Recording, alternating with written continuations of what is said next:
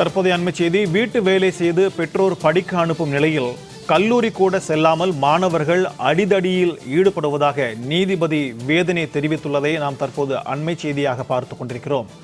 வீட்டு வேலை செய்து பெற்றோர்கள் படிக்க அனுப்பும் நேரத்தில் மாணவர்கள் அடிதடியில் ஈடுபடுவது மிகுந்த வேதனை அளிப்பதாக நீதிபதி தெரிவித்திருக்கிறார்.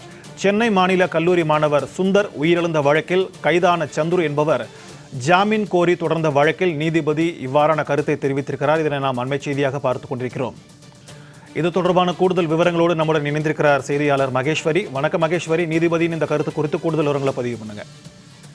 சென்னை மாநில கல்லூரியில் படித்த திருத்தணியை சேர்ந்த மாணவரான சுந்தர் கடந்த அக்டோபர் 4ஆம் தேதி சென்னை சென்ட்ரல் ரயில் நிலையத்தில் பச்சையப்பன் கல்லூரி மாணவர்களால் சரமாரியாக தாக்கப்பட்டார். அவரை மீட்ட ரயில்வே பாதுகாப்பு படையினர் ராஜீவ்காந்தி அரசு பொது மருத்துவமனையில் அனுமதித்தனர். மேலும் அங்கு கடந்த அக்டோபர் 9ஆம் தேதி மாணவர் சுந்தர் மரணம் அடைந்தார்.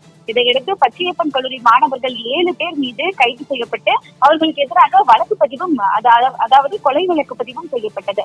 கைது செய்யப்பட்டவர்கள் சந்துரு என்பவர் ஜாமீன் கோரி தாக்கல் செய்த வழக்கு என்பது நீதியரசர் ஏடி ஜெகதீஷ் முன்னிலையில் விசாரணைக்கு எடுத்துக் கொள்ளப்பட்டது.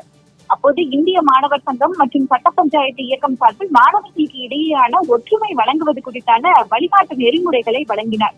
காவல்துறை தரப்பில் வழக்கினுடைய விசாரணை என்பது நிலுவையில் உள்ளதாகவும் இது போன்ற சம்பவங்கள் தொடர்பாக மாணவர்கள் மீது 22 வழக்குகள் பதிவு செய்யப்பட்டுள்ளதாகவும், அதாவது பல்வேறு காவல் நிலையத்தில் பதிவு செய்யப்பட்டுள்ளதாகவும், மாணவர்களுக்கு இடையேயான மோதல் சம்பவம் தொடர்பான விவரங்களை தாக்கல் செய்ய அவகாசம் வழங்க வேண்டும் என கேட்டுக்கொண்டார். குற்ற சம்பவங்களில் ஈடுபடக்கூடிய அதிகப்படியான மாணவர்களுடைய பெற்றோர்கள் வீட்டு வேலை செய்து படிக்க அனுப்பக்கூடிய நிலையில் கல்லூரி கூட இவர்கள் செல்லாமல் அடிதடிகள் ஈடுபடுவதாக நீதியரசர் ஏடி ஜெகதீஷ் அவர்கள் வேதனை ஒன்றை தெரிவித்தார். இதையடுத்து இந்த வழக்கில் உயர்கல்வித்துறை செயலாளரை இணைத்து உத்தரவிட்ட நீதியரசர் மாணவர்களுக்கு இடையேயான மோதல் சம்பவம் தொடர்பாக காவல்துறை மற்றும் ரயில்வே போலீசாரால் பதிவு செய்யப்பட்ட வழக்குகளினுடைய விவரங்களை தாக்கல் செய்யவும் அந்த விவரங்களின் அடிப்படையில் நடவடிக்கை எடுக்கப்படும் என உத்தரவிட்டு வழக்கினுடைய விசாரணையை வரக்கூடிய 26ஆம் தேதிக்கு தற்போது தள்ளி வைத்துள்ளார்கள். சிக்கந்தர்,